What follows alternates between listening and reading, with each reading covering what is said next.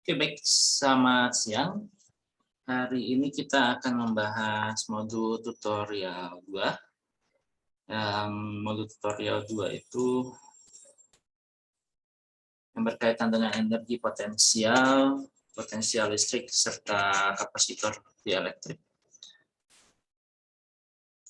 Sambil saya cek ininya, apakah sudah oke. 7 ini ada di sini.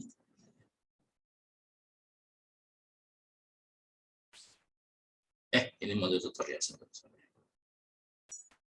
Oke, sebelumnya ada pertanyaan dulu dari rekan-rekan di sini.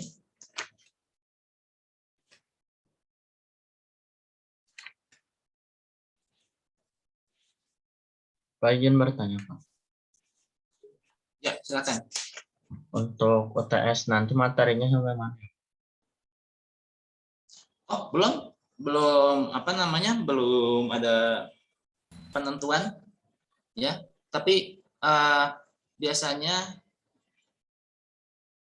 materi sebelum UTS itu, jadi pembagiannya kan ini UTS kita tuh dibagi di tengah di pekan ke-8. Jadi kalau penentuan dari materi pastinya itu nanti akan diumumkan ya. Akan diumumkan dari mana sampai mananya. Namun kalau secara teoritik itu ya berarti sampai dengan pekan sebelum itu, pekan sebelum ujian. Jadi kalau misalnya namanya SAP kita, jadi jawaban singkatnya itu adalah sampai pekan ke-7. Jadi materi yang sudah disampaikan dari pekan 1 sampai 7 itu nanti materi ujian 1 itu secara teoritik ya. Sebab bisa saja nanti panitia ujian akan mempertimbangkan masukan dari para dosen, apakah materinya sampai pekan ke-7 atau cukup sampai pekan ke-6. Pekan ke-6 itu kan batas dari modul tutorial 4 dan lain sebagainya. Saya mau ngapain? Oh, saya mau ke pelajaran fisika dasar 2 semester sekarang SAP. Ya, jadi kalau secara teoritik biasanya itu ujian 1 yang mencakup semua materi dari pekan 1 sampai pekan 7 gitu. Namun nanti penentuan cakupan bahan akan ditentukan kemudian, nanti akan disampaikan ya materi ujiannya itu sampai mana gitu. Karena bisa saja kurang dari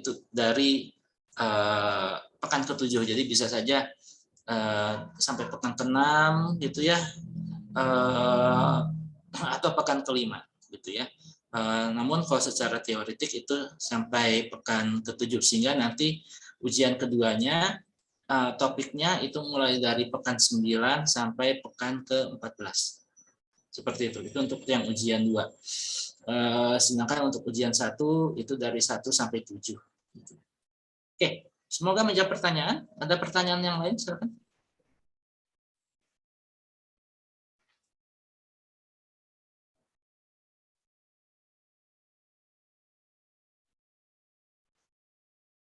Apakah rekan-rekan di sini ini apa namanya, ada yang sudah memiliki buku apa itu namanya yang dari Himavi itu Piwiki? Sudah ada yang memiliki buku Piwiki? Ya, silakan kalau mau belajar dari situ boleh.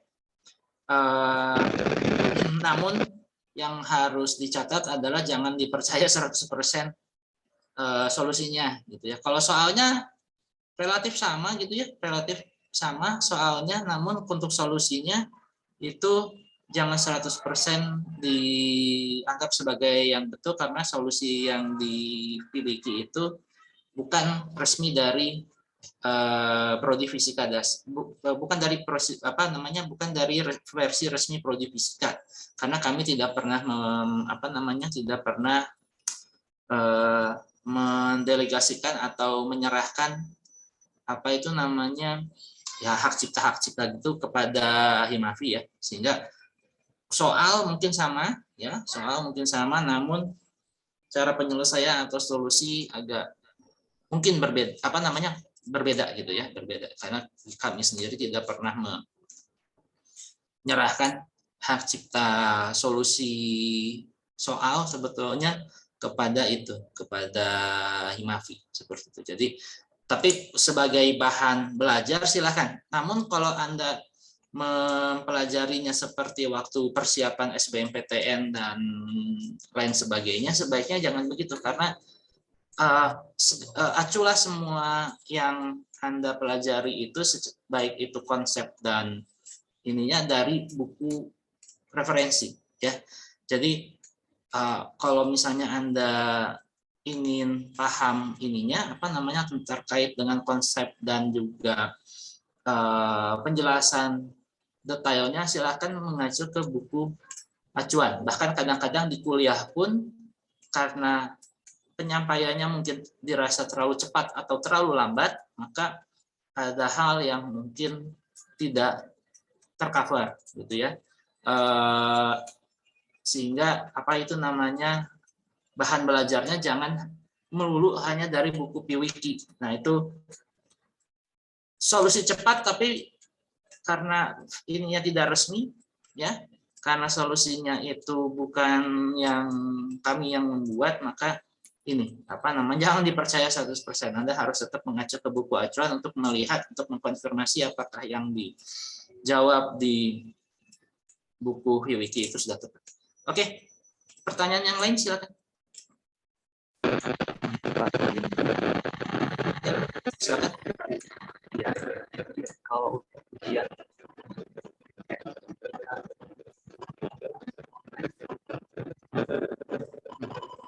Sabata ininya mikrofonnya kayaknya bermasalah tuh.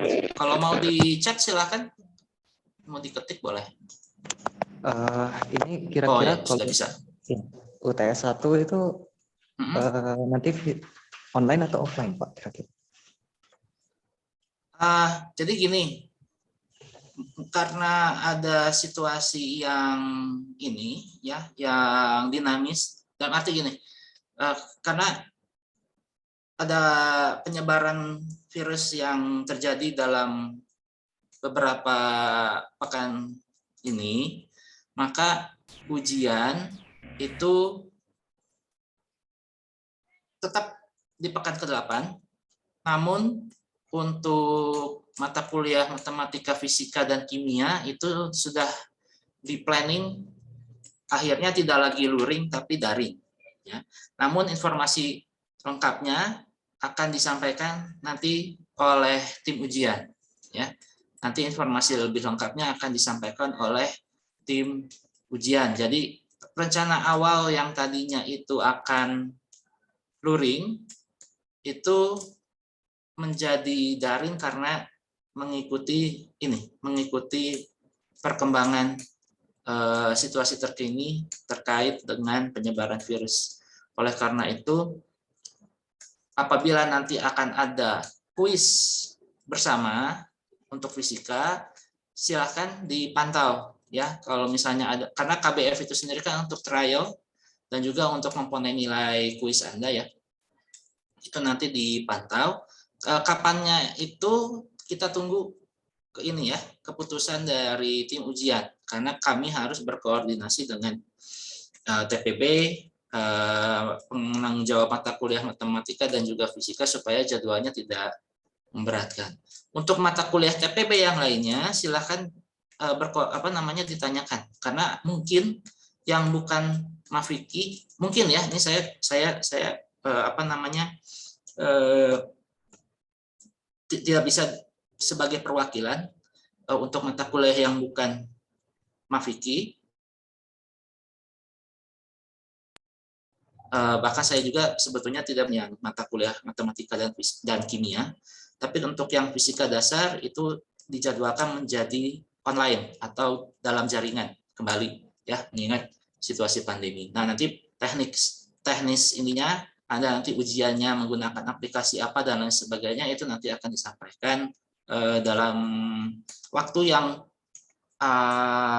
mungkin cepat ya, mungkin cepat atau nanti dalam beberapa hari ke depan, karena kami sedang dalam tahap persiapan ya, mudah-mudahan menjawab.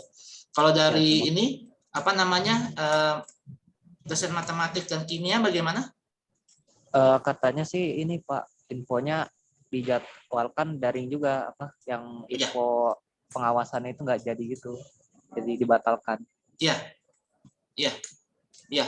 Dan juga karena ini apa namanya, dengan situasi terkini kalau misalnya dipaksakan ujian luring dengan kapasitas ruangan yang hanya 50% dan lain sebagainya, itu mungkin mencukupi untuk yang di Jatinangor, tapi tidak mencukupi untuk yang di Ganesha. Oleh karena itu, karena ujian itu harus dilaksanakan serentak dan juga adil, gitu ya, dalam arti dia ujiannya sama dan lain sebagainya, soalnya sama, waktu pelaksanaannya sama dan lain sebagainya, maka ini apa namanya diharapkan tidak apa namanya, coloring seperti itu tuh enggak, sebaiknya jangan tidak boleh gitu ya, tidak itu jadi resiko nanti saat ininya, resiko saat pelaksanaan ujiannya, apalagi nanti ada kecurangan dan lain sebagainya. Oleh karena itu maka dikembalikan ujiannya itu ke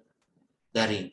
Nah, yang karena dikembalikan ke daring, maka nanti apa namanya, teknis pelaksanaannya mungkin mirip dengan apa yang sudah kita lalui bersama di semester yang lalu, namun mungkin ada perubahan ya, mengingat ada apa namanya, ada penyesuaian yang harus dilakukan, mengingat di semester yang lalu ada rumor ketidakjujuran dan lain sebagainya, maka akan ada perubahan mungkin ya dari tipe soal dan lain sebagainya ya, karena bukan berarti daring itu kualitas soal dan apa namanya dan penyampaian ujian itu menjadi kendor, menjadi tidak sama dengan luring gitu ya. Jadi karena ITB ingin supaya kualitas dari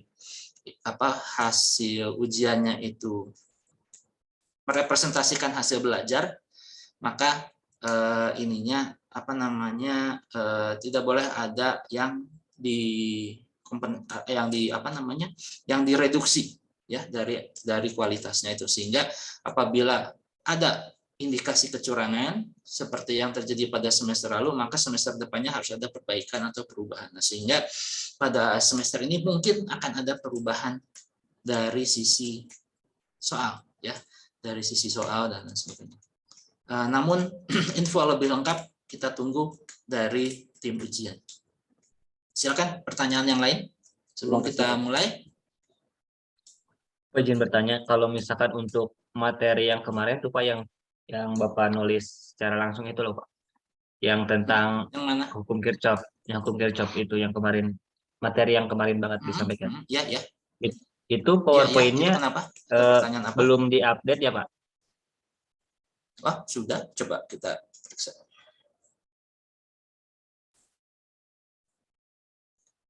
Rasa-rasanya sih sudah, sebentar ya. Mudah-mudahannya EduNext-nya tidak mengkhianati saya. Coba courses ini saya tunjukkan yang kelas paralel dulu untuk yang modul tutorial 2 yang ini. Sambil saya buka yang kelas kita.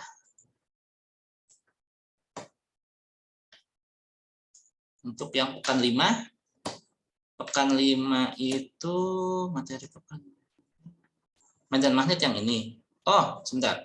Medan magnet kan harusnya yang akan saya sampaikan pekan ini, namun belum ya, karena kita masih mereview atau mempelajari lebih dalam tentang hukum Kirchhoff dan juga rangkaian RC. Sebentar, materi kuliah yang ini ya. Ini. Seingat saya sih udah. Tapi kalau belum nanti kita ganti aja sekarang ya. listrik. Nah ini ada, udah ada. Tapi yang hukum Kirchhoff-nya ya yang ditanyakan. Ini ada. Nah tapi untuk soalnya, nah ada juga kok. Ada. Semuanya ada Oke, di Pak. situ. Ya. Makasih ya, Pak. Mungkin itu waktu kemarin sih ya jelas apa namanya, karena bahasanya belum selesai makanya belum diupdate ya. Oke, silakan ada pertanyaan lain. Apa namanya, video perkuliahannya juga sudah ya, coba saya cek, siapa tahu saya kemarin lupa. Oh ini udah ya, ini udah, jadi silakan diakses videonya kalau misalnya ada yang ingin apa diverifikasi atau dicatat ulang dan lain sebagainya. Ya, silakan. Ada? Oke, kalau tidak ada, saya akan ke pembahasan modul 2. Yang nomor 1 bagian soal itu kita diminta untuk menentukan beda potensial VA/VB. Titik VA itu ada di titik 030 ya, sebentar. Ya, jadi titik A berada di sumbu Y pada Y sama dengan 3 meter dan titik B berada di sumbu X pada X sama dengan 4. Jadi titik A itu hanya punya komponen Y-nya saja, komponen X sama Z-nya 0. Titik B di sumbu X ya. Kemudian dia itu komponen Y dan Z-nya. Nah, tentukan berapa beda potensial VA/VB. Oh ya, sorry, VB kurang VA, VB min VA. Dengan kita ketahui ada nilai medan listrik ya. EX, EY, EZ dengan EX-nya itu 4X Newton per Coulomb dan EY dan EZ-nya itu 0.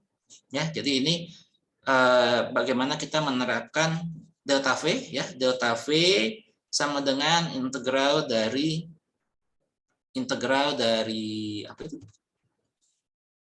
Integral dari E dikalikan dengan DS. Oke, saya coba 55.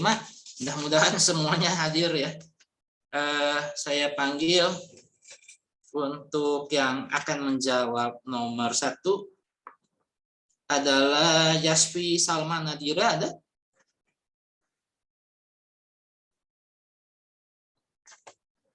Yasfi Salma Nadira dari kelompok 6. Apakah ada di ruangan? Sebentar. Ini saya. Oh ya, sudah multiple. Yasfi tidak ada? Oke, kalau Yasfi nggak ada, coba saya ke Nezar. Nezar Afradias Zaid. Ada dari kelompok 6? Ini saya masih di kelompok 6. Ada, Pak. Ya. Silahkan diperlihatkan hasil pekerjaan kelompoknya. Oke, saya tandain dulu. Jadi kalau udah selesai silahkan. Nanti kalau udah tampil, oh ya, saya stop share dulu. Supaya Anda bisa share.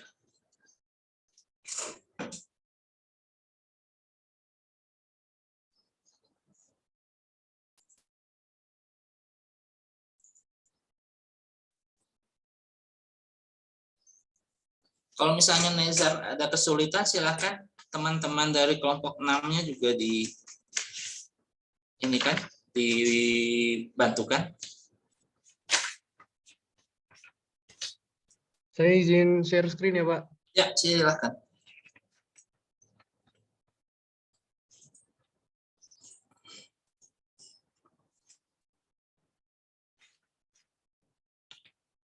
Apakah sudah terlihat, Pak? Ya, sudah terlihat. Yang lain silakan, kalau misalnya ada yang tidak terlihat di layar, bilang ya. Jadi untuk kelompok 6 bagian B nomor 1 kita untuk mencari perbeda potensial digunakan minus integral AB EDS, Pak.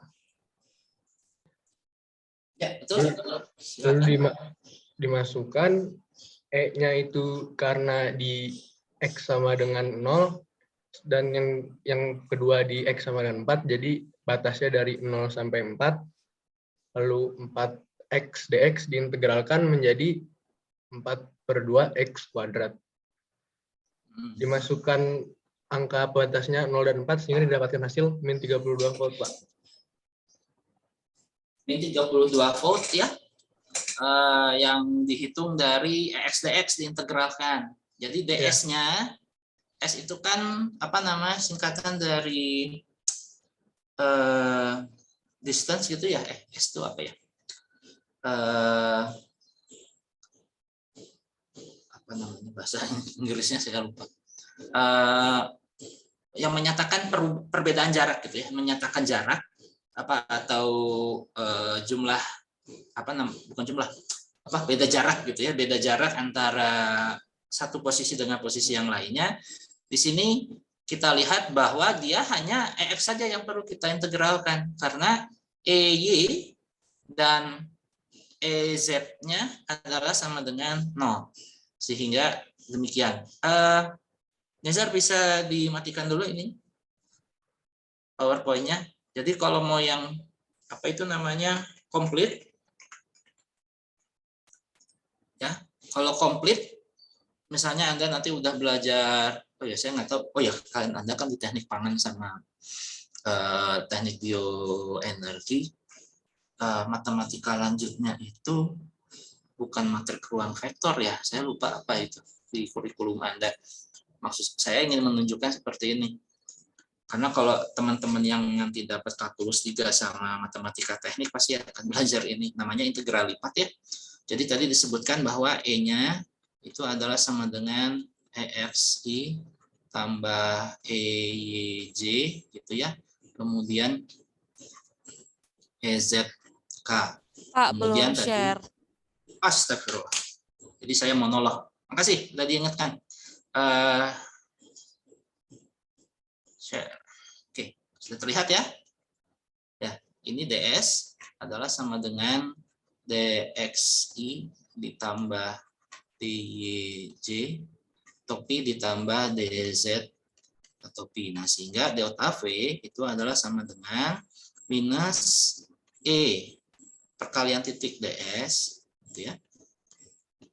Ya, ini dari posisi 1, posisi 2 gitu ya. Nah, ini kan ada perkalian silang antara ini ya. Perkalian silang antara komponen X dengan X, Y dengan Y, Z dengan Z, sehingga kalau misalnya ada perkalian bukan perkalian silang, ada perkalian titik antara EX dengan E dengan DS, sehingga komponen X hanya dikalikan dengan X saja, komponen Y dikalikan dengan komponen Y saja, komponen ditambah komponen Z dengan Z saja, artinya tidak ada cross kali ya, tidak ada komponen EX ya dikalikan dengan komponen DY gitu, itu enggak ada. Nah, sehingga dengan demikian maka ini dituliskan secara komplitnya kayak gini,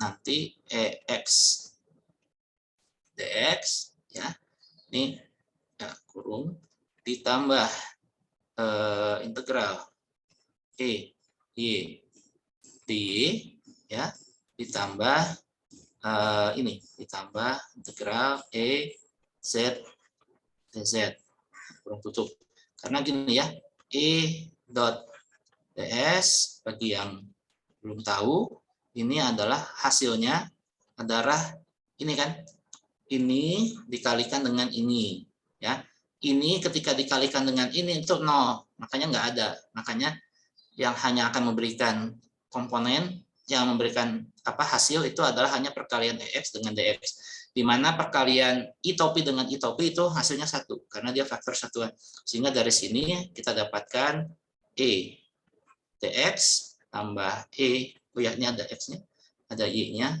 DY tambah E Z DZ. Nah, tadi disebutkan bahwa titik A itu berada di 0, berapa tadi? 3,0. Yang titik B sama dengan di 4,00 gitu ya. Nah, makanya nanti ini batas integrasinya menyesuaikan ini dari X1, X2, ini X1, X2, ini Y1, Y2, ini Z1, Z2, seperti itu. Nah, jadi ini nanti akan menjadi sama dengan 0, ini sama dengan 4, ini sama dengan 3, ini sama dengan 0, ini sama dengan 0, ini sama dengan 0. Nah, kemudian disebutkan tadi EY-nya sama dengan 0, ininya sama dengan 0. Ya, makanya untuk komponen yang ini dengan 0, sehingga delta V adalah sama dengan seperti yang tadi disebutkan sama negat. Ya. Bukan negat, nezat. Nah, ya, jadi cara penyelesaiannya menjadi demikian sehingga didapatkan minus 32 volt. Ya, seperti itu. Oke, ini saya stop dulu. Ada pertanyaan untuk nomor 1 dari rekan-rekan? Apakah ada cara yang berbeda dari kelompok yang lain? Oke, kelompok 6, bujau.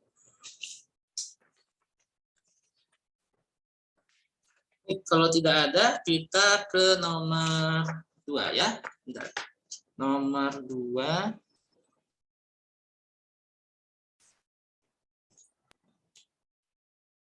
Nah, diberikan ada Q1, Q2, Q3. Q1 bentuknya arch seperti ini, Q2 yang ini, Q3 yang ini. Nah, tentukan ya, tentukan nilai potensial ya, nilai potensial listrik di titik A, di titik O, di titik O ini di titik pusat koordinat dengan acuan potensial di titik T hingga sama dengan 0 ya. Berdasarkan gambar ini, berapa potensial listrik di pusat koordinat karena busur melingkar Q1, kemudian partikel bermuatan Q2 dan Q3. Pusat busur berada di pusat koordinat dan sudut yang ditunjukkan adalah θ sama dengan 20 derajat. Jadi ini yang 20 derajat. Nah, sedangkan ini nilai R ya. R ini adalah 2 meter ya, 2 meter dengan jarak Q2 ke sini ya. Ini R yang dari sini ke sini ini 2 kali R ya. 2 kali R, sedangkan R-nya sendiri nilainya 4. Nah, hitung berapa ininya? Hitung berapa potensial listrik di pusat koordinat dengan asumsi ini ya. Dengan asumsi bahwa di ketahinggaan ya, di ketahingga itu potensialnya sama dengan 0. Oke, untuk ini saya mau minta perwakilan dari kelompok 1, Girindra Wardana Pristio. Apakah ada? Iya, Pak. Ya. Suara terdengar, Pak? Ya, saya stop share dulu supaya Girindra bisa men-setup hasil pekerjaan. Iya, sebentar, Pak. Ya, silakan. Ya, hasil pekerjaan kelompok 1.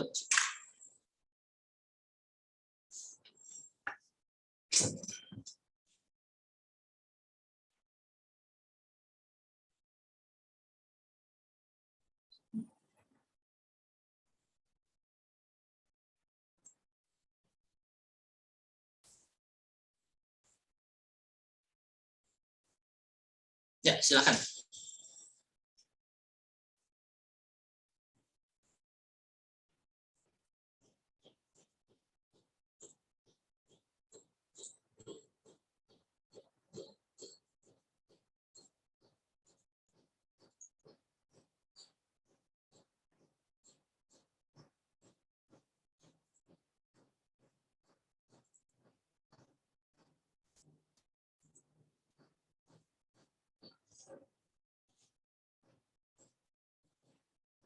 Sebentar, Pak. Ada tadi unmute-nya. Apa tinggal terlalu hilang, Pak. Nggak bisa unmute. Nah, ya. Oh ya. Jadi ini sudah terlihat ya di sini screen share. Nah, kan pertama kita ketahui kalau dari soalnya itu Q1 itu sebesar 7,21 kali 10 malam dan 12 kolom. Sementara Q2 itu muatannya sebesar 4 kali Q1 dan Q3 itu sama dengan min 2 kali Q1. Sementara R-nya itu sebesar 2 meter. Nah, kelompok kami itu menghitungnya dengan menjumlahkan semua beda potensial yang disebabkan oleh muatan-muatan yang ada. Jadi V0 sama dengan V1 tambah V2 tambah V3. Lalu untuk V1 ini kita dapatkan K1 per R itu karena kita asumsikan tuh muatannya terdistribusi rata di seluruh permukaan setengah lingkaran itu. Nah, permukaan apa namanya? Permukaan itunya, lengkungannya. Lalu di V2 ini Busur. ya Pak. Ya, K ini kan besarnya kan Q-nya itu 4Q kan, 4Q1. Lalu begitu juga di V3. Lalu dengan kita hitung begini. Akhirnya kita dapatkan V0-nya sebesar 3,24 kali 10 pangkat min 2 volt. V0 itu maksudnya V yang ada di pusat. Ya, jadi untuk ini ya, karena nilai dari Q1-nya itu terdistribusi merata. Beda kalau misalnya Q-nya itu tidak ya. Kalau misalnya dia tidak terdistribusi merata, nah itu agak ada ini. Kita harus menghitung berarti ya untuk seperempat lingkaran gitu ya. Untuk seperempat lingkaran seperti yang ditunjukkan di gambar itu di titik pusat itu berapa ininya? Berapa nilai potensialnya. Nah, kebetulan untuk hal yang ditanyakan di sini itu Q1-nya terdistribusi merata sehingga dianggap seperti sebuah muatan titik saja gitu ya, seperti muatan titik saja walaupun dia itu idealnya berupa ini ya, berupa berupa busur gitu ya, berupa busur seperti ini. Sedangkan kalau Q2 dan Q3 itu tinggal dihitung saja R-nya. Karena berbeda dengan menghitung potensial medan. Kalau medan kita harus ngitung ya. Ya, terutama untuk yang Q2. Q2 itu dia menyudut 20 derajat. Maka kontribusi dari EX dan EY-nya harus dihitung berdasarkan sudutnya tersebut. Tapi kalau di sini kan potensial.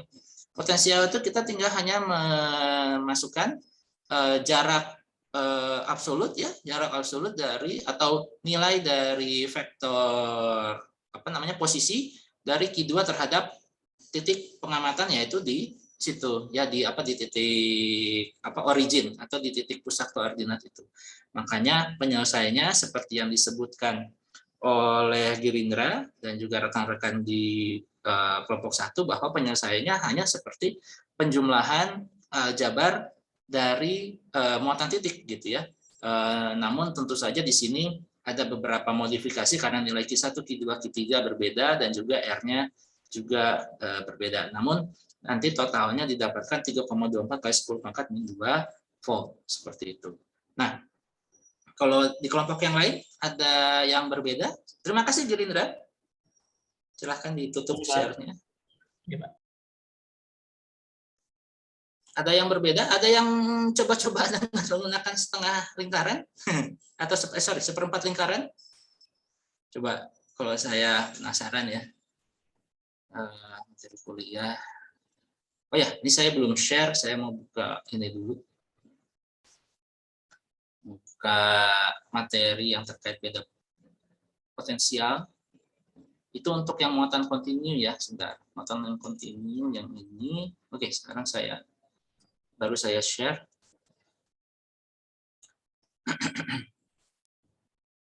Ini ada nggak ya waktu itu kita bahas? Kalau nggak salah ada deh. Tapi memang tidak terlalu. Nah ini tidak terlalu dibahas ini ya. Tidak terlalu banyak dibahas untuk yang cincin ini kan ya. Untuk yang cincin ini, kalau di yang cincin ini tentukan berapa muatan ya, tentukan berapa muatan di titik P gitu ya, di titik P dengan X-nya yang ini, A-nya yang ini. Nah, kalau di titik pusat berarti dia P-nya itu ada di tengah. Nah, tapi di sini dia disebutkan dia itu ada deki ya, deki. Dan dekinya itu nanti kalau dia terdistribusi merata menjadi seperti ini ya, menjadi seperti ini sehingga tidak perlu kita hitung terlalu susah sebetulnya. Nah, kalau ini coba, kalau yang ini, nah kalau yang ini Q1, segmen Q1, ini segmen Q1, ini segmen Q2, ini segmen Q3. Nah, ini juga mirip-mirip dengan yang soal yang barusan ya. Namun sekarang dia ini membentuk berapa ini, bukan 3/4 tapi ini pembagiannya 7/8 lingkaran gitu. Nah, di sini disebutkan bahwa Q-nya itu terdistribusi merata ya, sehingga kita juga bisa gunakan persamaan yang tadi gitu ya, persamaan yang tadi nilainya itu berapa. Kalau coba ya saya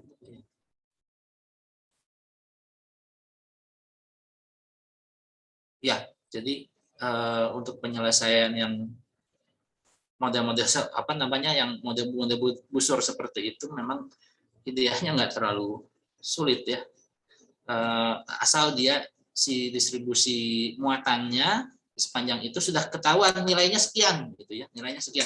Yang sulit itu kalau misalnya Anda diberikan misalnya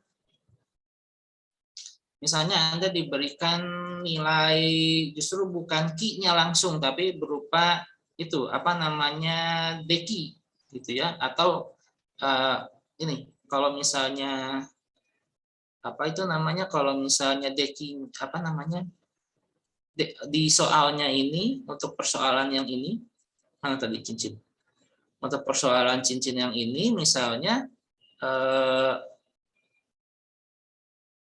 di ini kan apa namanya diberikan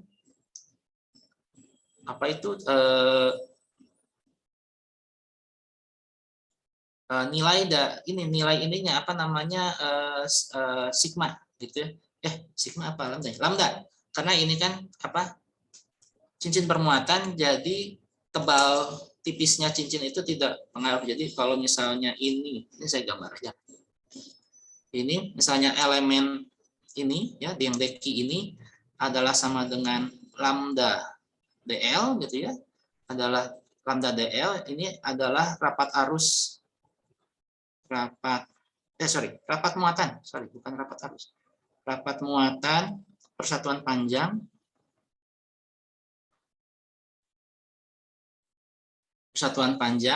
dan ini adalah DL-nya, maka Anda harus hitung deki-nya. Integral deki ini kan Q ya, Q nanti sama dengan dari 0 sampai 2 pi r ya.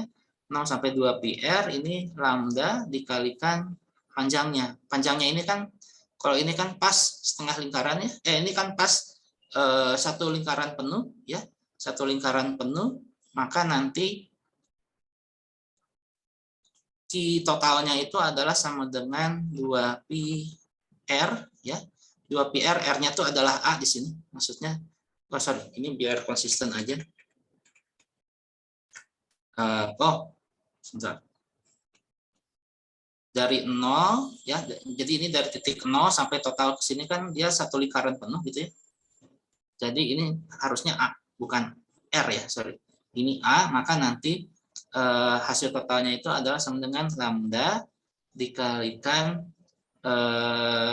ini dikalikan 2 pi dikalikan dengan A. Nah, kalau soalnya itu diberikan lambda dan lain sebagainya, Anda harus hitung. Tapi di sini kebetulan langsung bahwa Q1-nya itu sekian. Jadi Anda nggak perlu hitung berapa ininya. Nah, kalau misalnya tadi disebutkan dia itu adalah seperempat, ya, seperempat busur gitu ya, seperempat busur, maka kalau misalnya seperempat lingkaran, kalau busurnya sama dengan seperempat lingkaran,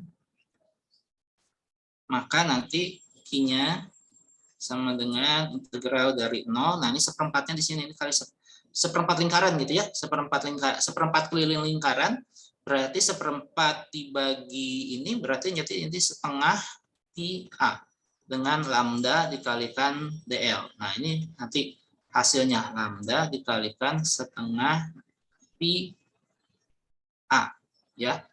Ini baru kalau misalnya nah ini total ini ya, total ini nanti harganya sama dengan Q. Di soal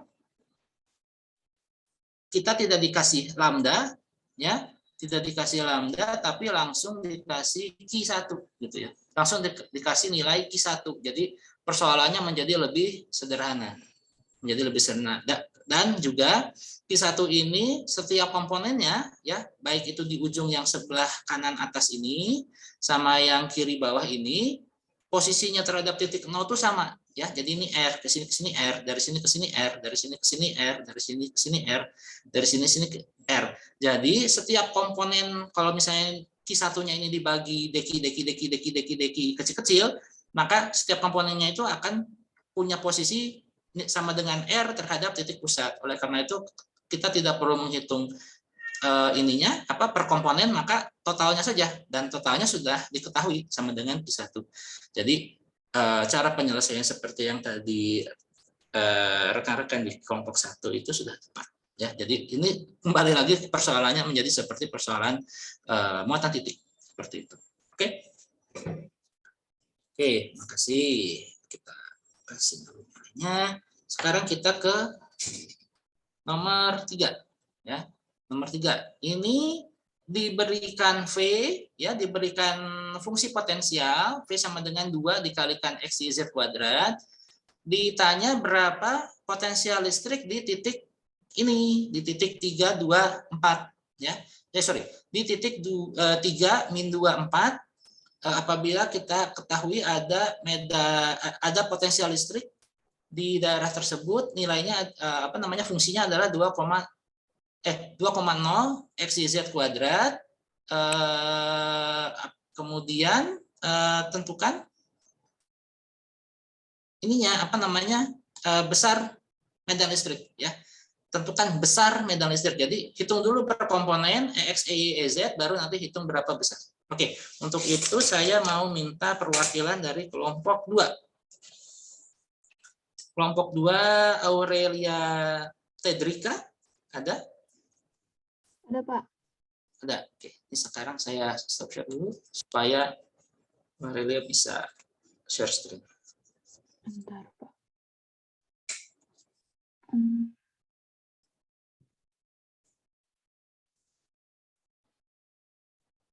Nomor 3 ya, Pak? Nomor 3. Ini kan. Jadi ini diketahui di soal V-nya 2XYZ kuadrat, terus di titik 3I min 2J plus 4K gitu. Nah, dari situ kita cari ininya PX, EY, EZ pakai do V per do X minus do V per do X, jadi dapat minus 2YZ kuadrat, terus EY-nya minus do V per do Y, jadi minus 2X Z kuadrat, terus EZ-nya minus do V per do Z, jadi minus 4XYZ gitu. Nah, dari yang diketahui di soal kan titiknya ini ya, 3I min 2J plus 4K. Nah, kita jadiin X, Y, Z gitu, jadi 3, min 2, 4 gitu. Nah, terus kan tadi kita udah cari EX, EY, EZ-nya. Nah, sekarang tinggal dimasukin ke sini. Yang Y sama Z-nya tinggal masukin pakai yang ada di sini gitu. Ya. Terus didapat ini. 64 minus 96 sama 96. Terus pas lagi ngitung besarnya kita pakai rumus yang ini. Diakarin semua. X kuadrat tambah EY kuadrat tambah EZ kuadrat. Didapat hasilnya 150,0933 Newton per Coulomb. Ya, makasih Aurelia. Jadi seperti yang tadi disebutkan bahwa cara penyelesaiannya kita turunkan ya persamaan potensialnya terhadap jarak. Nah, karena medan listrik itu besaran vektor, potensial itu skalar, maka menurunkannya tidak bisa langsung begitu saja. Oke, Aurelia silakan di stop ininya, share screen-nya. Ingat ada yang namanya turunan berarah. Turunan berarah itu yang dilambangkan. Jadi gini, bentar ya. Saya mau nambah ini new slide. Jadi kalau misalnya di soal yang nomor 1 kita punya nilai medan listrik, pengen dicari beda potensial atau potensial, itu caranya adalah tadi ya, delta V sama dengan minus integral dari E dikalikan dengan ds gitu ya. Nah, tapi di sini E dan ds-nya ini adalah vektor ya. ds itu adalah perpindahannya atau beda posisi ya, beda posisi titik pengukuran gitu. Jadi ini kan VA/VB ini kan apa di contoh yang 1 saja. Contoh yang nomor 1 itu kan VB kurang VA atau beda potensial antara titik A dengan B. Nah, ini ds ini menyatakan beda posisi DA/DE, posisi A sama B tersebut. Kemudian E-nya ini adalah medan listriknya. Nah, kalau misalnya kebalikannya ya, kita punya V, ingin kita tahu berapa berapa medan listriknya, maka kalau ini operasi integral, maka kebalikannya adalah operasi turunan. Apakah semudah dV dx? Tidak, ini salah. Ya, ini adalah turunan kalau misalnya dia tidak memiliki kebergantungan arah. Jadi seperti yang Anda pelajari di kalkulus 1 gitu ya. Nah, karena kita faktor medan listriknya ini memiliki kebergantungan pada arah, maka untuk supaya hasil turunannya memiliki arah, maka dilakukan operasi gradien. Operasi gradiennya itu adalah ini ya, sama dengan E. Ada minusnya nggak kalau nggak salah? Ada minusnya ya? Ada minusnya nggak sih? Coba kita ini konfirmasi. Ya, ada minusnya ya? Ada minusnya, sehingga nanti ininya mana sih? Nah ini, jadi nanti hasil dari medan listriknya ini punya ini. Nah, punya punya arah. Di mana tadi sudah disebutkan bahwa segitiga keterbalik atau gradien ya. Operator gradien ini adalah sama dengan do per do x i topi ditambah do per do y j topi ditambah do per do z k topi ya. Nanti ini ya karena V dengan gradien ini perkalian silang, maka langsung saja gradien dari V ya sama dengan do V per do x, ada turunan berarahnya, ditambah do V per do Y J topi ditambah do V per do K K lagi, salah, Z, maksud saya Z, ini K. Nah, ini melambangkan EX, ini merupakan komponen EY, ini komponen EZ. Tapi jangan lupa ada tanda minus. Jadi ada minus. Jadi ini ada tanda minus, nah juga ada tanda minus gitu ya, nanti seperti itu. Nah, kemudian nanti untuk menghitung berapa EX-nya di titik tertentu ya masukin aja nanti. Karena tadi kan koordinatnya udah kita ketahui ya.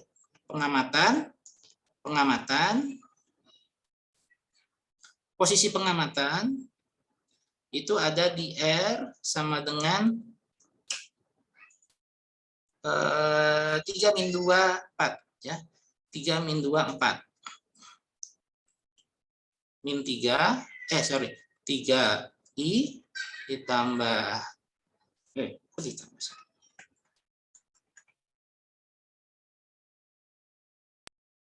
3i min 2 ditambah 4k. Kalau di ruang itu maksudnya posisi pengamatan titik R itu adalah sama dengan di sini 3, min 2, 4 seperti itu. Nah, sehingga nanti tinggal dimasukin aja berapapun fungsi yang kita dapatkan untuk EX, EY, dan EZ, nanti masukin ininya. X-nya berapa, Y-nya berapa, Z-nya berapa. Nah, sehingga tadi didapatkan total nilai medan listrik ya. Jadi menghitung apa itu namanya? Menghitung E itu berasal dari akar dari X kuadrat tambah Y kuadrat tambah EZ kuadrat.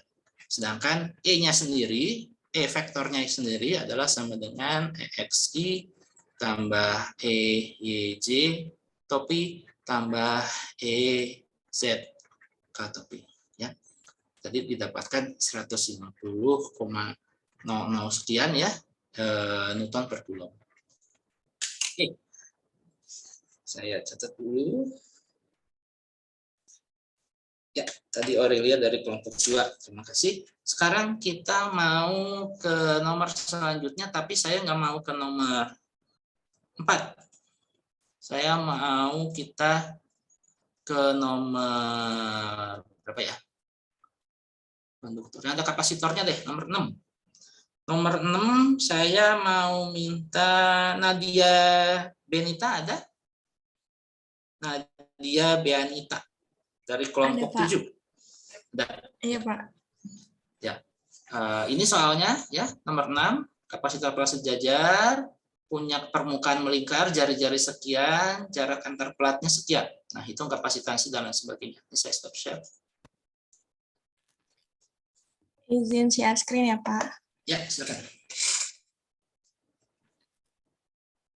Nomor 6 ya, Pak. Aduh, mana? Nomor ini? 6. Kapasitor plat Di sejajar, soal- tapi ya. Oh, boleh dibacakan atau langsung aja juga boleh? Oh iya, nomor 6 itu kan diketahui R-nya 8,2 cm.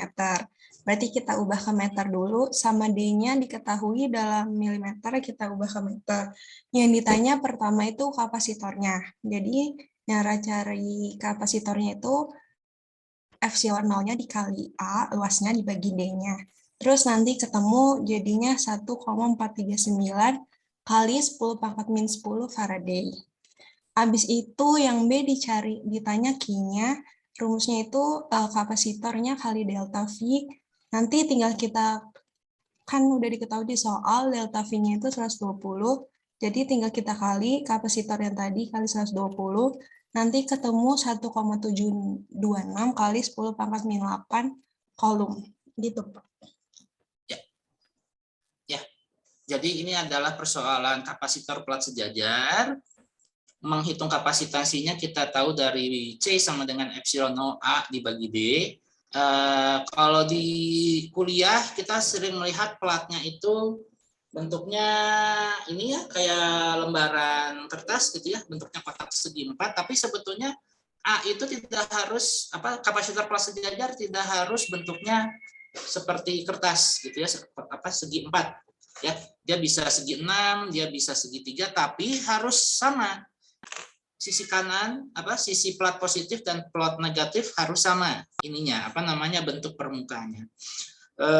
Karena kalau enggak ya berarti nanti kan si kapasitansinya berarti tidak full gitu ya, tidak full seperti itu.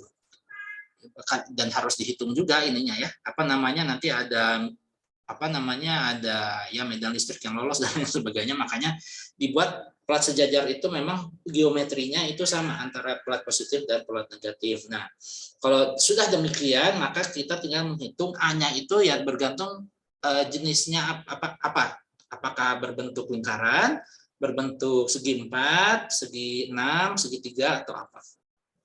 Nah, di sini di soal disebutkan dia itu bentuknya adalah lingkaran ya. Kemudian permitivitasnya itu tidak punya bahan, artinya dia vakum di tengah-tengah. Jadi kita langsung saja ininya mengalihkan epsilon 0 permitivitas vakum dengan A dibagi dengan D, dengan jarak separasinya itu 1,3 mm. 1,3 mm itu kalau di meteran ya pendek sekali gitu ya. 1,3 itu sangat pendek gitu ya.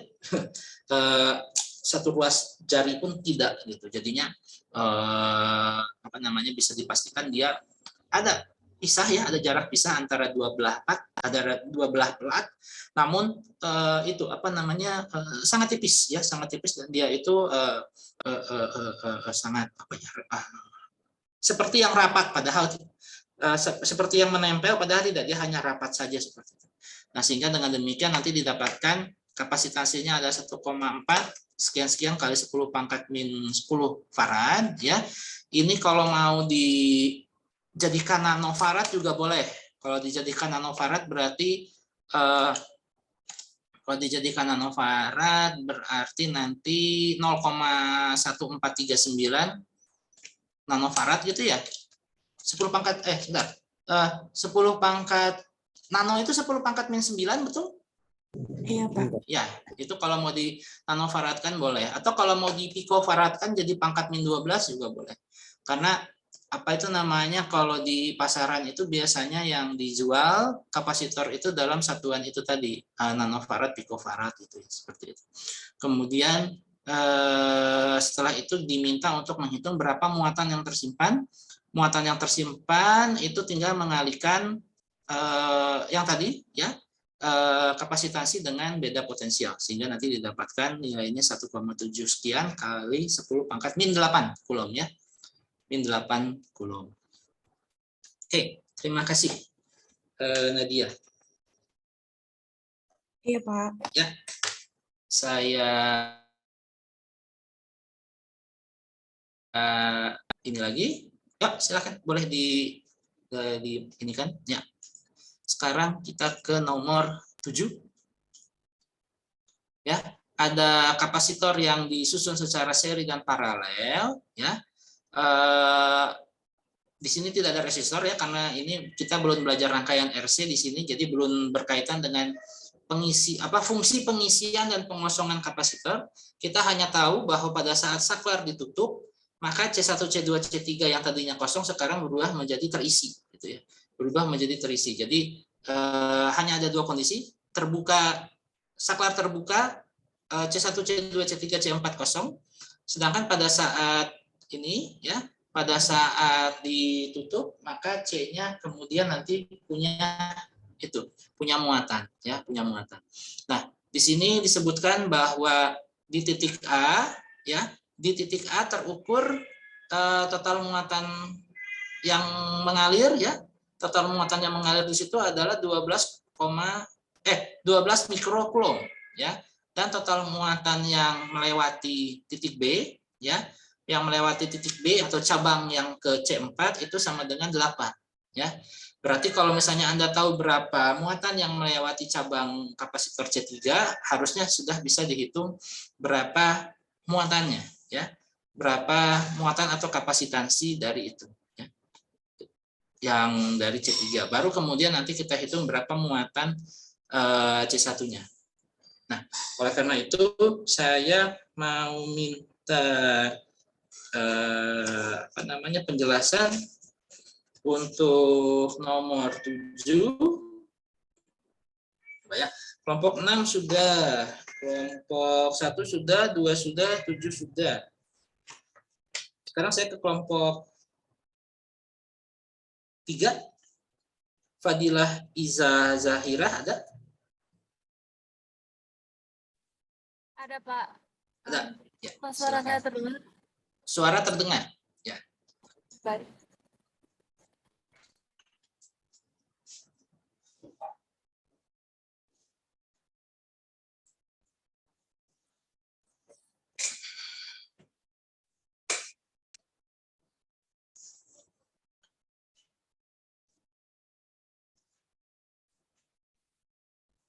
Pak, apakah sudah terlihat? Sudah terlihat. Rekan-rekan yang lain kalau misalnya layarnya tidak melihat hasil pekerjaan kelompok 3, bilang ya. Oke, silakan dijelaskan. Jadi di sini diketahui bahwa P-nya itu 9 volt, kemudian kapasitor 2-nya 3 mikrofarad, terus kapasitor keempatnya 4 mikrofarad. Dan awalnya semua kapasitor awalnya tidak bermuatan. kemudian saklar S ditutup, kemudian 12 mikrokolom melewati titik A, dan 8 mikrokolom melewati titik B. Terus yang ditanya berapakah nilai kapasitansi di A C1 dan di B C3. Jadi awalnya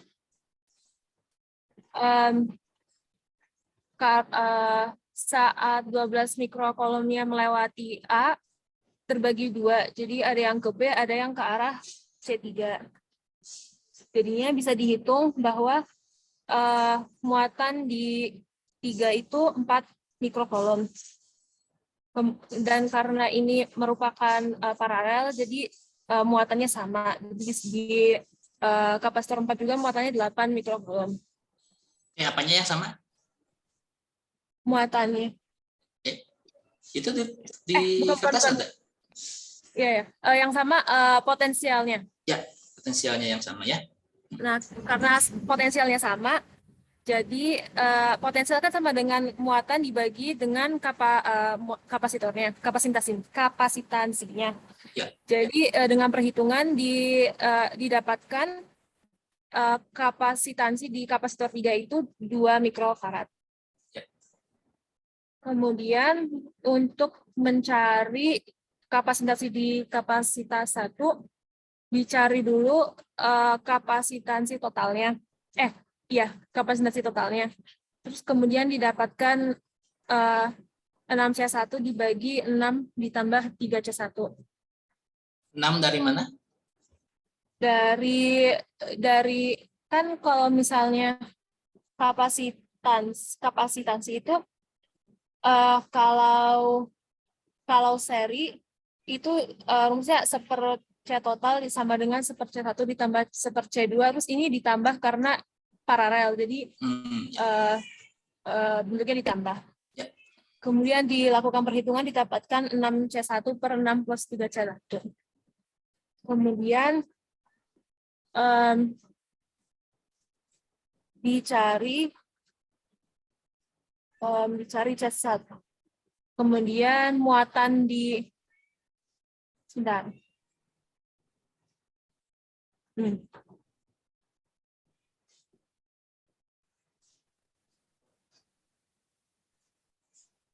Muatan di A itu kan sama dengan, nah muatan yang di A ini sama dengan total kapasitansi dikali dengan potensialnya. potensial dari mana? Potensial dari yang di sini Pak, yang 9 volt. Ya, dari baterai ya, dari baterai atau dari GDL ya. Silakan lanjut. Jadi 12 mikrofarad sama dengan yang kapasitansi total ini dikali dengan 9.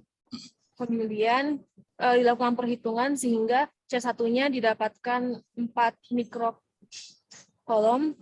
mikrofarad ya, salah. Oh ya, harusnya mikrofarad. Iya, 4 mikrofarad. Jadi C1-nya 4 dikali 10 pangkat min 6, ini harusnya farad ya Pak.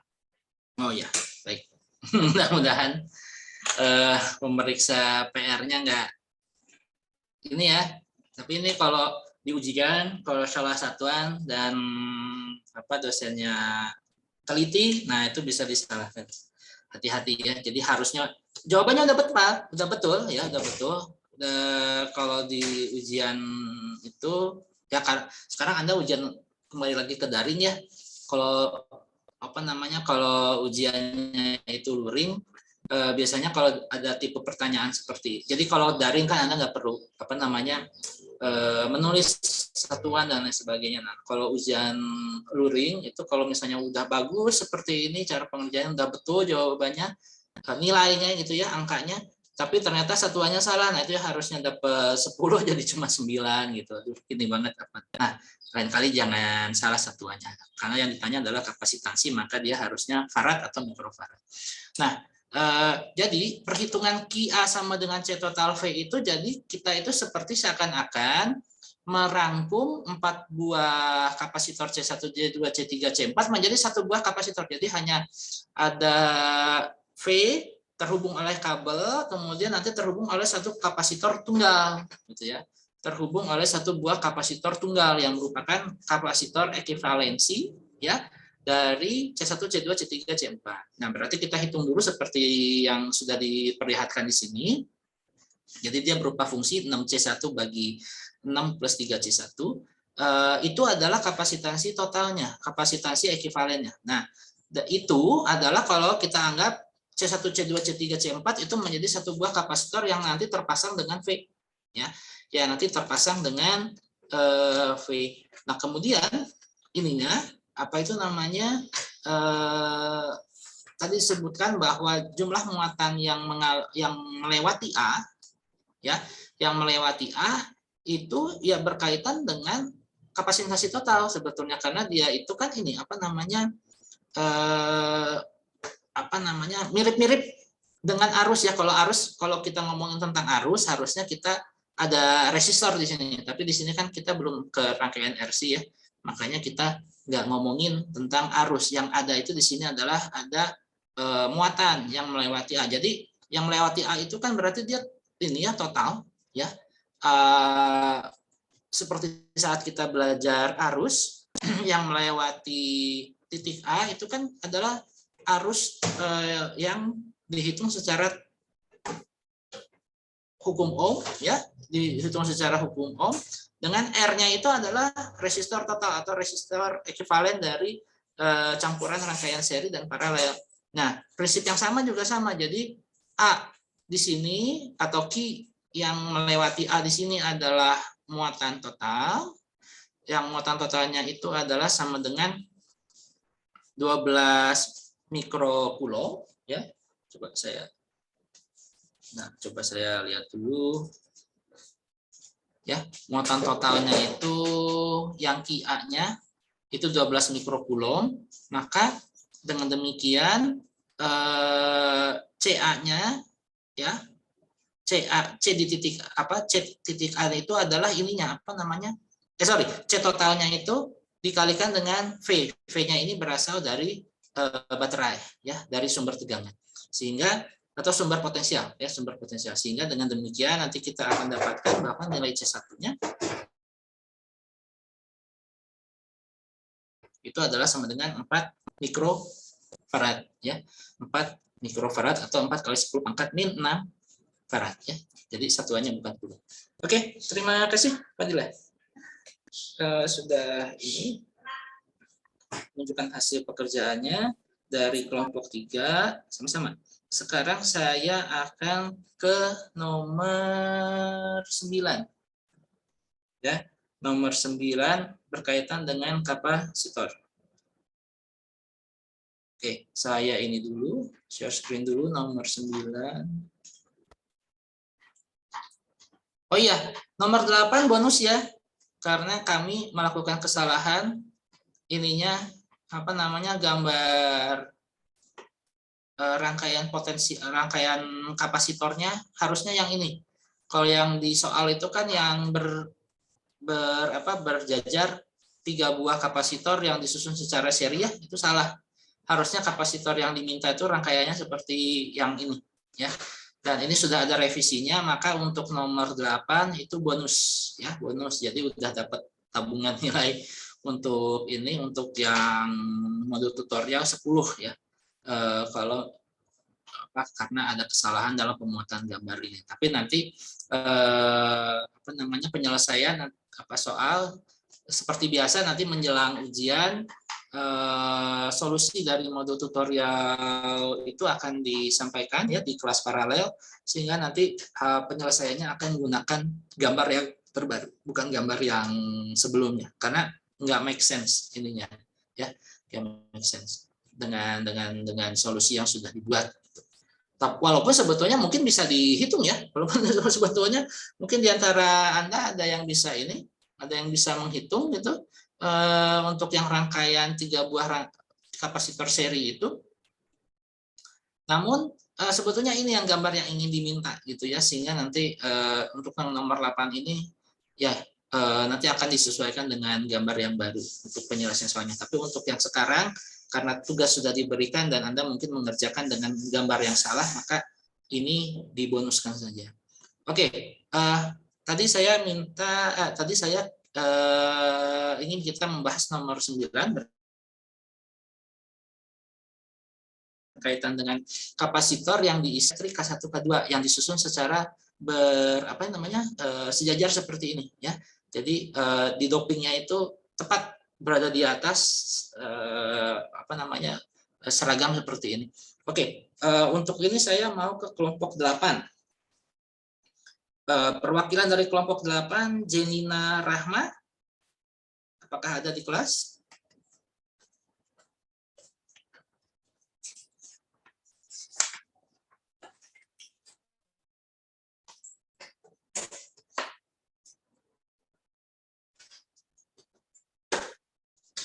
Jenina Rahma ada di kelas?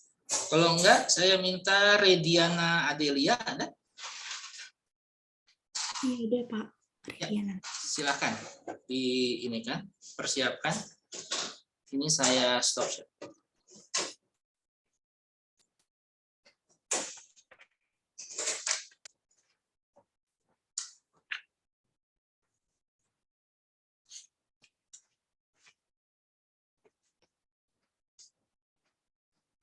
Apakah sudah terlihat ya Pak? Sudah terlihat, silakan. Untuk nomor 9 ini kan diketahui luasnya itu 7,89 cm².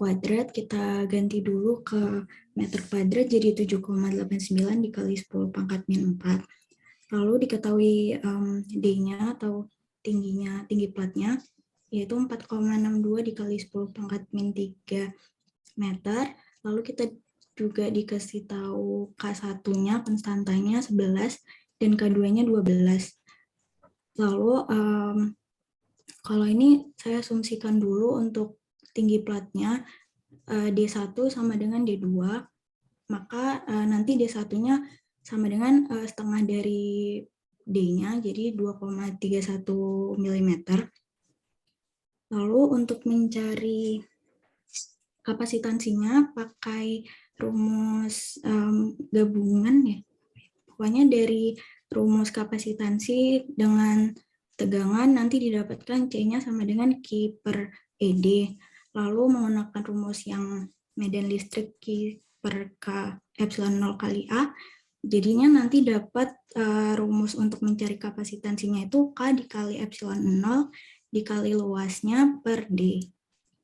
Lalu kita cari C totalnya dulu, karena ini seri ya jadi diseper. Jadi seper C1 ditambah seper C2. Lalu kita pakai rumus yang tadi, jadinya D1 per K1 N0 A1. Lalu kita keluarkan D1-nya karena tadi sama, D1 sama D2, dan N0 dikali A. Lalu kita jumlahkan seper K1 ditambah seper K2. Lalu nanti ketika kita masukkan yang diketahui itu hasilnya 1,73 dikali 10⁻⁻11 farad. Ya, di sini kelompok 8 ya dengan Rediana sebagai perwakilannya menganggap bahwa si susunan kapasitor yang diisi di elektrik yang di elektriknya dipasang seperti itu seperti atau identik dengan pemasangan kapasitor yang seri begitu ya? Iya. Halo? Ya, sehingga nanti kapasitansi totalnya atau ekivalensinya menjadi 1 per C total sama dengan 1 per C1 tambah 1 per C2 dengan tadi dihitung berapa kapasitansi apabila dia diisi sama bahan dielektrik. Nah, itu ada persamanya. C sama dengan kappa atau nilai dari konstanta dielektrik dikalikan dengan epsilon 0 dikalikan dengan A dibagi dengan D. Nah, kemudian nanti dilakukan manipulasi matematika seperti ini sehingga nanti didapatkan C totalnya adalah epsilon 0 dikalikan dengan A dibagi D ya, dibagi D-nya ini adalah D1 ya. D1 dengan asumsi tadi D1 sama dengan D2 gitu ya, karena D-nya dibagi 2 gitu ya. Tebal dari ruang kosongnya dibagi 2 gitu kan ya. D-nya tuh sama gitu ya. D untuk konstanta 1 dengan dielektrik 1 sama dielektrik 2, jarak separasinya itu sama. sehingga dia itu D seperti itu. Nah, sehingga dengan demikian kita dapatkan kapasitansi total dari kapasitor ini adalah 1,72 kali 10 pangkat min 10 ya. Min 11, sorry. 1,73 kali 10 pangkat min 11 farad, atau kalau di ini kan sama dengan 1,73 kali kalau setelah nano itu piko ya. Piko berarti 17,3 pikofarad ya. 17,3 pikofarad. Boleh juga seperti itu. Nah, tentu saja untuk menyelesaikan ini tidak hanya apakah kelompok yang lain punya jawaban yang berbeda atau cara yang berbeda?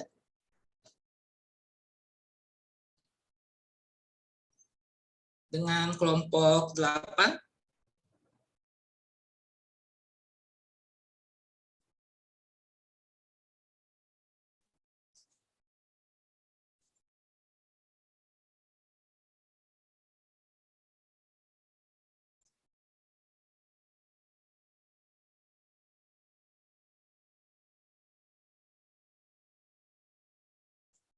Oke, kalau tidak ada, terima kasih berarti ininya penjelasannya dari kelompok 8 supaya kita bisa pindah ke nomor selanjutnya. Oke, terima kasih Rediana. Saya tulis dulu. Saya tulis dulu kontribusi dari kelompok 8. Sekarang saya mau balik lagi ke soal yang berkaitan dengan potensial listrik. Nomor 1 sudah, 2 sudah, nomor 3 kayaknya udah ya. Ya, nomor 3 sudah. Nah, sekarang nomor 4. Nomor 4 dari gambar ini ya ada Q1, Q2. Hitung berapa energi atau usaha yang harus dilakukan untuk memindahkan Q dari Tahingga menuju ke titik ini ya. Jadi jadi ada bungetan Q besar ya, dia itu dari Tahingga tadinya kemudian dibawa ke titik ini, di mana titik ini sendiri sudah dipengaruhi oleh Q1 dan Q2. Nah, diminta untuk menghitung berapa usahanya ya.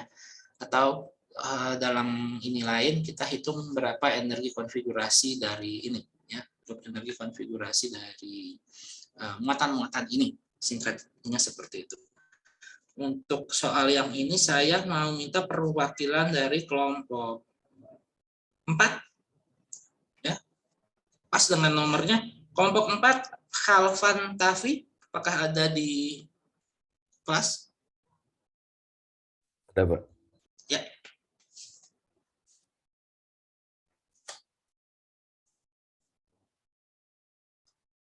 Saya stop. Izin share screen ya. Ya, silakan. Saya stop juga. Nah, silakan.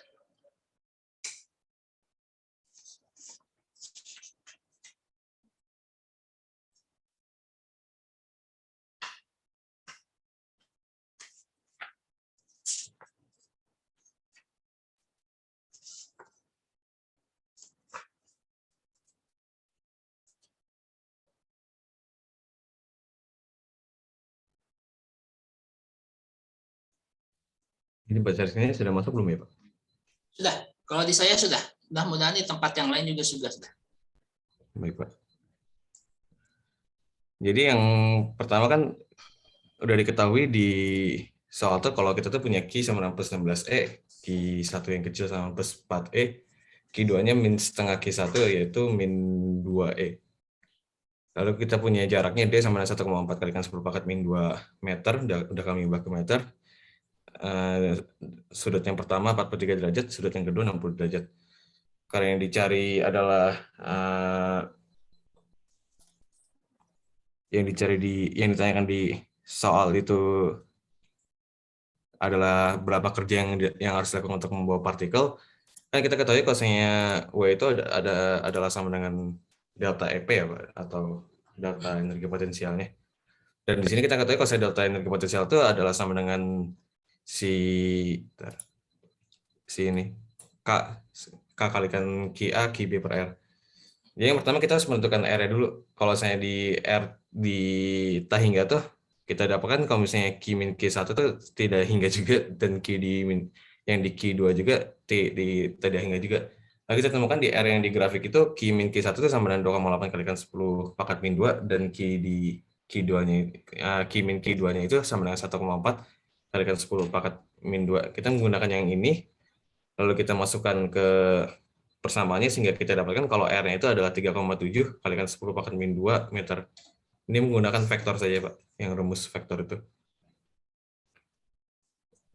Lalu setelahnya kita dapatkan EP akhirnya itu sama dengan K kalikan Q besar Q1 per 2D tambah K kalikan Q2 per D tambah K kalikan Q1 Q2 per akar 7D. Kan ini kan kita awalnya dapatkan itu kalau R itu sama dengan akar 7D kuadrat ya. Ini si D-nya kita pindahkan keluar, lalu kita dapat akar 7D untuk yang sisi sebelah sini. Lalu yang EP yang awal kita punya kaki kalikan Q1 per tahingga ditambah kaki kalikan Q2 per tahingga tambah K kalikan Q1 Q2 per akar 7D, karena ini yang tahingga itu adalah akan sama dengan 0 si ininya, sehingga ini nanti bisa kita coret saja, yang si ini bisa kita hilangkan. Lalu karena yang ini dua sama kan, karena ini akan kita kurangi, karena kita mencari delta, kita menjadikan selisih, ini bisa kita coret dua ini.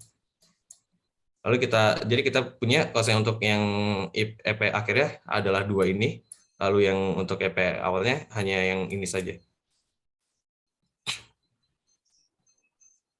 Sorry Pak, ini dicoret yang sebelah sini.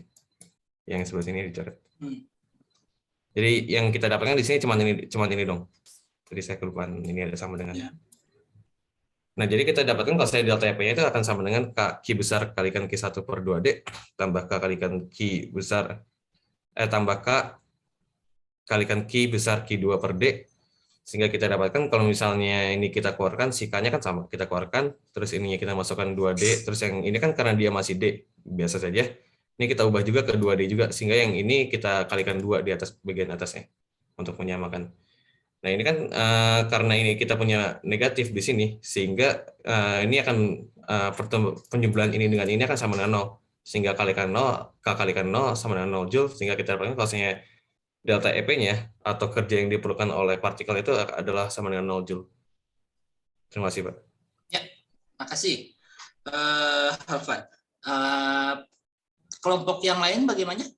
Apakah ada komentar atau ada ini cara pengerjaan yang berbeda? Permisi Pak. Ya. Ini dengan sebentar dari kelompok 3.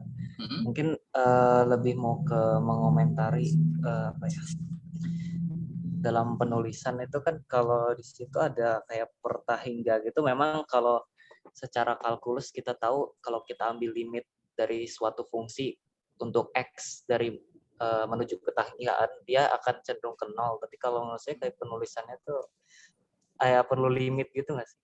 Kayak perlu limit biar lebih mendefinisikan. Mungkin, tapi kalau di fisika kan kita langsung menggunakan saja, jadi kita nggak perlu sampai sedetail itu. Jadi kalau di sini misalnya Anda mau pakai limit atau enggak, langsung seperti ini itu sudah oke menurut saya. Karena kalau di fisika kita nggak terlalu ini ke limit, kecuali memang ada ininya, ada sesuatu hal yang khusus gitu ya. Tapi kalau di sini kan lumayan straightforward, lumayan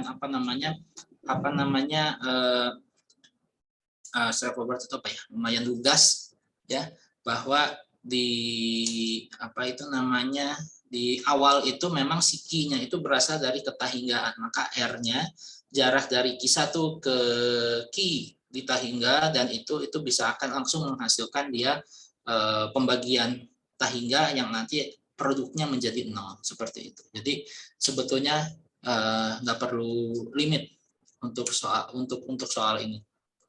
Ya. Tapi kalau Anda mau pakai dengan itu yang bersesuaian sih boleh. Jadi K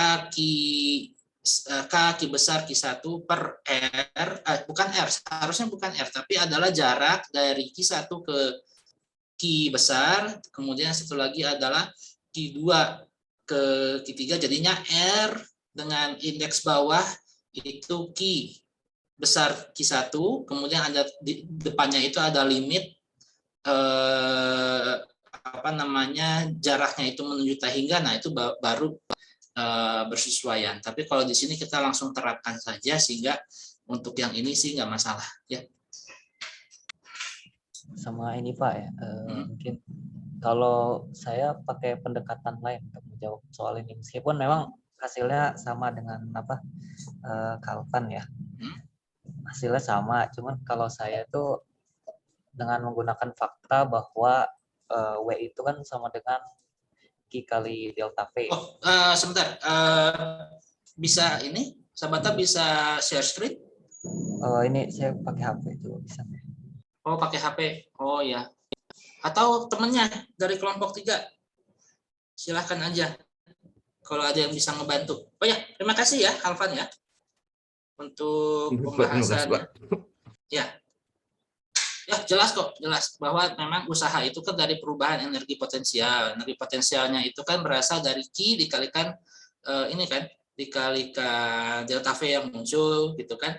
Kemudian Q-nya itu, delta V-nya itu kan ini kan itu tadi ada jarak ya, ada jarak yang dibutuhkan dari tahingga menuju ke titik yang baru itu dan sebagainya. Nah, sekarang kita lihat perspektif yang lain, silakan. Nomor ya, tadi? Pak. Nomor 4 ya. Nomor 4 ya. Ini kalau dari pengerjaan saya, kelompok saya. Jadi seperti ini. Karena kita diminta mencari W, usaha yang harus dilakukan untuk membawa partikel bermuatan plus Q yang kita ketahui bahwa dia bermuatan 16E sesuai keadaan di soal, ya, sesuai yang ada di soal itu. Kita ketahui bahwa V itu adalah besaran skalar, sehingga bisa kita jumlahkan. V itu sama dengan V di Q1 yang berjarak 2D, kemudian dan kita jumlahkan dengan V Q2. Kita peroleh seperti itu, 1/4 pi epsilon 0 kali 4E per 2D min 2E per D. Kita 1/4 pi epsilon 0 itu kita sama dengan K kali itu kan, itu dicoret 4E per 2D jadi 2E per D. Nah, itu karena berlaku penjumlahan skalar, jadi V di situ adalah sama dengan 0. Kemudian kita ketahui bahwa fakta V di tahingga itu sama dengan 0, sehingga kalau untuk mencari usaha dalam hal ini kita kalikan W Q kali delta V. Q di sini 16E ya, plus 16E kalikan VR ya, V yang tadi V penjumlahan VQ1 tambah VQ2 dikurangin dengan V di tahingga, kita peroleh Q kali 0 sama dengan 0 joule. Seperti itu. Ya. Jadi ini satu alternatif penyelesaiannya ya. Kalau tadi Halvan itu melakukan delta energi potensialnya ya, kemudian dia gunakan persamaan energi potensial yang K Q1 Q2 per R, dengan R-nya itu adalah jarak antara antara partikel gitu ya. Kalau di sini melakukan dengan pendekatan delta U-nya atau perubahan energi potensialnya itu berasal dari perkalian Q dikalikan delta V ya. Nah, di sini delta V-nya delta V semula yang berasal dari Q1 dan Q2 di titik yang sekarang ditempati oleh Q besar, dihitung dulu, ternyata potensialnya ya, nilai potensialnya itu di titik tersebut adalah 0 gitu ya. Nah, kemudian 0 volt itu dikalikan dengan Q besar yang dibawa dari tahingga menuju ke titik yang baru ini. Nah, sehingga didapatkan usahanya itu adalah sebesar 0 joule. Ya, jadi ini pendekatan yang berbeda. Ini seperti yang lebih ringkas ya. Jadi rekan-rekan kalau misalnya mau perhitungannya lebih ringkas, boleh seperti ini ya, menggunakan yang ini atau menggunakan yang Halvan tadi ya, menggunakan langsung dari persamaan energinya ya, energi potensial listriknya. Nah, itu juga boleh seperti itu. Cuman memang pengerjaannya sedikit lebih panjang ya, kalau ini lebih pendek karena delta V-nya tidak ada faktor Q dikalikan dengan Q1, Q dengan Q2 tuh nggak ada. Jadi ini langsung potensial awalnya tuh yang ini, kemudian potensial apa namanya, beda potensialnya itu berasal dari itu apa namanya, sehingga dengan potensial di titik di mana Q sekarang itu berada, ya. Jadi didapatkan seperti itu dan hasilnya adalah sama-sama 0 joule. Ya, terima kasih sahabat dan juga Khalwan yang sudah membahas 2 cara untuk mendapatkan jawaban untuk persoalan nomor 4. Ya. Terima kasih, Pak. Ya, sama-sama. Ini enggak sahabat itu. Nah, ini. Oke, sekarang kita ke nomor 5. Nomor 5 itu yang agak panjang ininya. Sempat nggak ya? Udah 2:37. Supaya Anda juga bisa istirahat sore dan sholat asar. Kita nomor 5 enggak dulu ya. Kita ke nomor 10 aja. Nomor 10 penyelesaiannya sepertinya lebih pendek. Nanti nomor 5 cara pengerjaannya bisa menunggu nanti solusinya keluar seperti apa. Kita ke nomor 10 aja. Nomor 10, sebentar saya share screen dulu nomor soalnya. Ya, karena nomor 5 itu ada pertanyaannya banyak nih. Banyak banget ya. Sebentar. Apa sih pertanyaannya nih? Banyak banget. Hitung berapa besar medan listrik di hitung berapa besar medan listrik pada jarak radial A sekian, B sekian, C sekian. Ini sebetulnya mirip-mirip dengan yang ini ya, bentar. Nah, ini mirip-mirip dengan persoalan yang ini ya. 2 buah bola bermuatan, kemudian dicari berapa medan dan potensial di dalam, di tengah dan di luar gitu ya. Kemudian nanti diminta untuk mensketsakan mensketsakan potensial listrik dan juga medan listriknya seperti apa. Jadi mirip-mirip dengan persoalan yang ini. Namun ini karena panjangan saya ke nomor 10 aja. Nomor 10 itu 2 buah pelas sejajar dengan luas penampang masing-masing 100 cm persegi diberi muatan yang besar yang sama. Ya, jadi ada dua buah pelas sejajar, A-nya sama dan Q-nya sama, tapi berlawanan jenis. Medan listrik dalam medan listrik dalam bahan dielektrik yang mengisi ruang antara pelat adalah sekian. Hitung sebentar. 2 pelas sejajar, luas penampangnya diberi muatan yang jadi bukan 2, salah saya. Jadi 2 buah pelas sejajar. Jadi ini maksudnya ini adalah kapasitor pelas sejajar terdiri dari 2 buah pelat. 2 buah pelat ini jadi ada pelat positif, pelat negatif. Kemudian A-nya 100 cm3, 100 cm persegi untuk yang pelat positif dan juga yang pelat negatif, dan besar muatannya sama, yaitu 8,9 × 10⁻⁷ coulomb, yang satu positif, yang satu negatif. Ya. Berarti kita hitung berapa konstanta dielektrik kappa di dalam di dalam ruangan ya, karena disebutkan di sini medan listrik yang dihasilkan oleh bahan dielektriknya itu adalah 1,4 × 10⁻⁶. Nah, kemudian tentukan besar muatan yang diinduksi pada setiap permukaan dielektrik. Oke, untuk yang ini saya mau minta perwakilan dari kelompok 7. Kelompok 7 saya minta Muhammad Abdul Hakam, ada?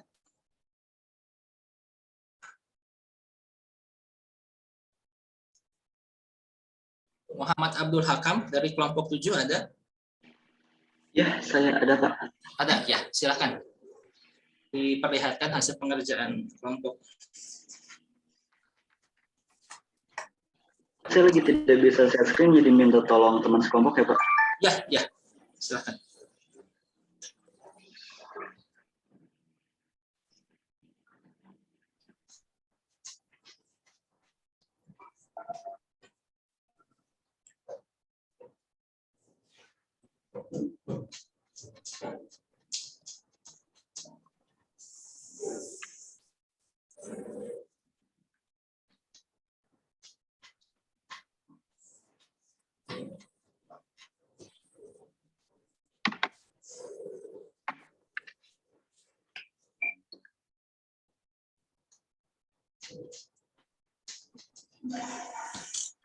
Kelompok 7 tadi ada Nadia, ada Nadia Benita udah. Sekarang saya ke kelompok 7 lagi ke Muhammad Abdul Hakam. Silakan. Nomor 7 ya.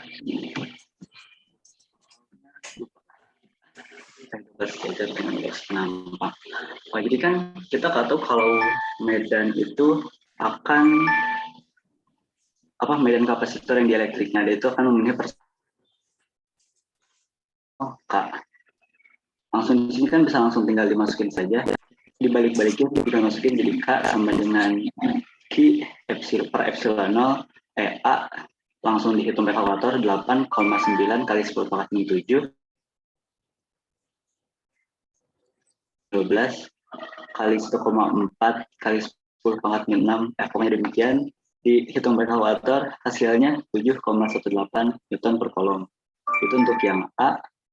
Untuk yang B-nya itu juga tinggal dihitungkan ya, soalnya rumusnya itu QI sama dengan Q dalam kurung Q1 per K. Q-nya udah ada tadi 8,9 kali 10 pangkat min 7 dan K-nya juga udah 7,18 dikurang 1 satuan dari jelas kolom langsung hasilnya 7,66 kali 10 pangkat min 7 kolom. Ya. Jadi dengan itu ya untuk menghitung, bentar saya mau mengkonfirmasi dulu supaya ini ya, supaya sebentar potensial listrik tutup. Karena untuk yang bagian A itu sudah ada ininya, sudah ada contohnya dari persoalan-persoalan yang sebelumnya. Cuman untuk yang menghitung bagian B-nya yang terkait dengan muatan induksinya, saya mau ke, bentar. Nah, mungkin di buku ada ya. Mungkin di buku ada, kalau di slide nggak ada. Mungkin nggak ada. Atau yang ini.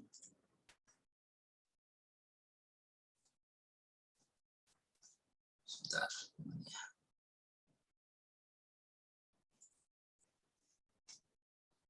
Karena key aksen muat yang ditanya itu adalah tentukan besarnya muatan yang diinduksi pada setiap permukaan dielektrik. Itu jadinya kalau sebelumnya kita punya muatan awal ya, sekarang kita ada muatan induksi yang yang dihasilkan oleh dielektrik itu ya, yang dihasilkan di dielektrik itu yang mengurangi gitu kan ya, mengurangi yang mengurangi muatan yang ada sebelumnya gitu kan ya, sehingga didapatkan persamaan Q aksen sama dengan Q dikurangi Q dibagi itu konstanta dielektrik itu, atau Q dalam kurung 1 min 1 per kappa yang tadi disebutkan itu. Sebentar. Ya, jadi persamaan yang tadi Muhammad Abdul Hakam sebutkan di sini, yang B itu adalah demikian karena muncul adanya muatan induksi yang diakibatkan oleh interaksi dari itu bahan dielektrik dengan medan dari pelat itu. Kalau kosong tentu saja dia muatannya ya sama gitu ya dengan sebelumnya yang sejumlah 8,9 kali 10 pangkat min 7 kulom itu. Tapi sekarang justru muatannya itu berubah gitu ya, berubah karena kita memasukkan bahan dielektrik di situ dan perubahannya adalah sedemikian. Tapi untuk menghitung E-nya sudah tepat ya. Menghitung konstanta dielektriknya ini sudah tepat dengan menggunakan ini ya. Medan listrik adalah sama dengan sigma per epsilon 0 dikalikan dengan K gitu ya. Kemudian nanti konstanta dielektriknya adalah sama dengan sigma per epsilon 0 E dan seterusnya, sehingga nanti didapatkan seperti ini. Oke, yang kelompok yang lain apakah ada jawaban yang berbeda atau ada komentar, ada pertanyaan? Silakan.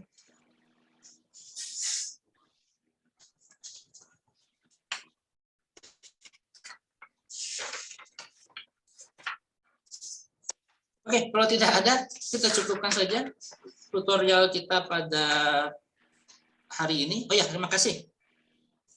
Terima kasih ya Abdul Hasan. Di mana kita sudah menuntaskan 9 nomor, tinggal 1 nomor lagi, yang nomor 5 yang agak panjang itu. Sama satu lagi ini yang dianulir adalah nomor 8. Jadi untuk jawaban nomor 5 dan 8 nanti kita akan lihat penyelesaiannya dari solusi yang akan dirilis nanti menjelang ujian. Kemudian untuk kelompok, saya kira ini ada kelompok yang belum dipanggil malah, tapi nggak apa-apa karena besok kita masih ada kuliah, nanti bisa kita panggil nama-nama yang lain dari sesi kuliah besok. Jadi make sure Anda menonton itu ya, materi presentasi yang efek Hall dan juga hukum Lorentz ya, gaya Lorentz dan juga apa itu namanya gerak melingkar dari partikel bermuatan, supaya jika besok ada pertanyaan nanti bisa dijawab oleh perwakilan kelompoknya dan lain sebagainya. Oke, kita ketemu lagi besok untuk kuliah terkait medan listrik yang dialami oleh partikel dan juga hukum Biot-Savart. Untuk tutorial hari ini kita cukupkan. Terima kasih atas perhatiannya. Ini saya stop recordingnya.